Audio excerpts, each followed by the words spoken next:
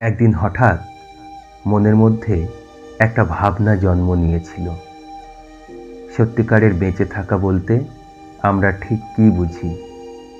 একটা উত্তপ্ত দিন মানেই কি শুধুই হাঁসফাঁস, নাকি রৌদ্র উজ্জ্বলতাই দিনের প্রকৃতই জীবনী শক্তি?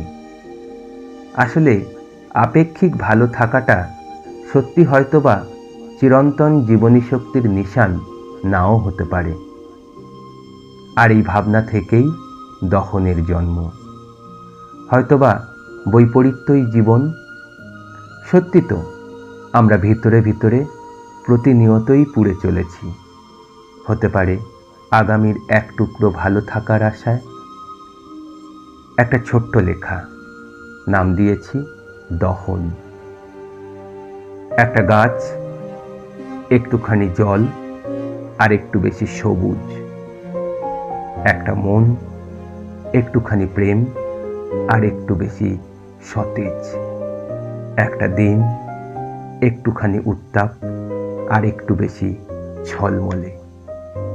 চলতি কথায় সব জ্বলে পুড়ে খাগ হয়ে গেল, কিন্তু গভীরে বলছে না, ডাহা মিথ্যে।